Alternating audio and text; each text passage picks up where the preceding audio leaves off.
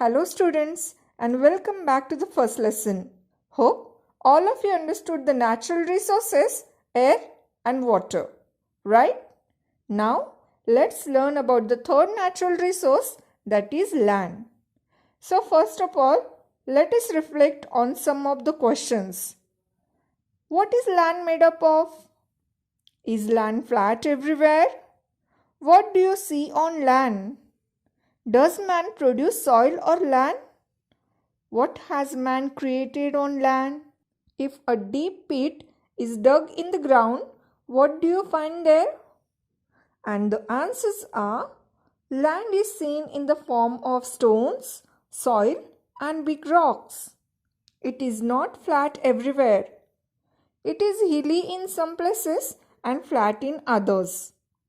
All terrestrial animals, including man, lives on land. How does the terrestrial animals use land? Some terrestrial animals dig burrows in the ground for shelter. That is, animals like rabbits, snakes, they make their homes deep into the soil. This means that they use land for fulfilling their needs. Now, human beings also use land. It means we also use land for farming and for building houses and roads. We make use of plants and animals in the forest that grow on land. Now, in what other ways land useful to us? The minerals, crude oil and natural gas obtained from the land are very important for us.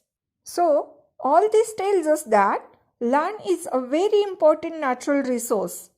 Now students, let us see exactly what is land made up of. Now to understand this, let us do an activity. Take a transparent plastic bottle, a handful of soil, some stones, sand, some dry leaves and water.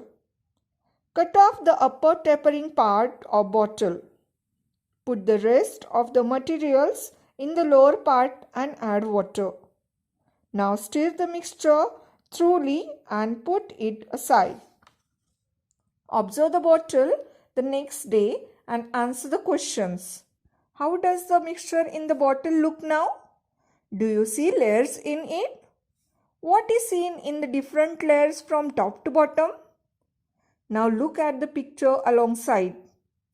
Now students, if you notice carefully, layers of the various materials, whether the stones, the soil that we put, now there are layers formed.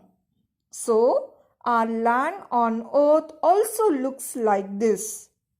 If a pipeline is being laid in your neighborhood, observe carefully the pits dug for this purpose. You will see some layers under the land surface. Now students, let's learn the different layers of the soil. If the land has mature soil, the topmost layer is formed by the decomposition of the remains of plants and animals. Now here, decomposition means the process of breaking down organic material such as dead plants or animals into smaller molecules that are available for use by the organisms of an ecosystem. That is, they turn into soil. So this layer is called humus. It is usually found in dense forest. Dense forest means thick forest. The land below this is full of sand, soil, small stones, worms and insects. Soil and pieces of bedrock are found below this layer of land. Now, this soil is immature. Further below this layer, the proportion of soil decreases and that of rock increases.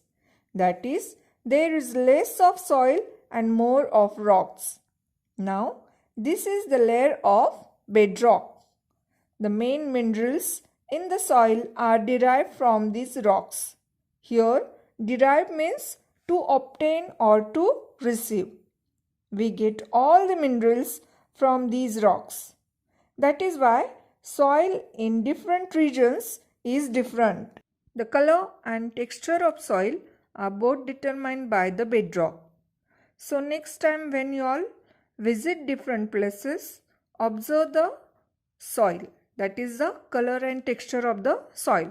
Sometimes it is red in color, sometimes it is brown or black in color, sometimes it is light in color. So the texture and color of the soil depends on the bedrock. Okay students, hope you all understood the natural resource land.